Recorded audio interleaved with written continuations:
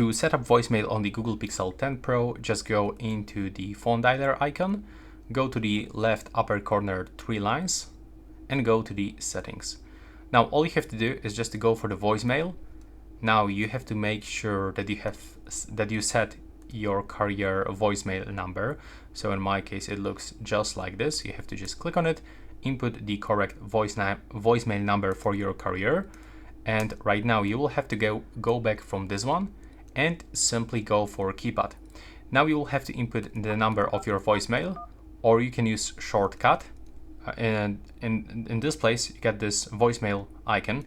So when you click and hold it, you will automatically make a call into your voicemail, just like this. And now, when you are on the call in your voicemail, you will have to just listen and follow the carrier's voice instructions to record a greeting and set a password or PIN.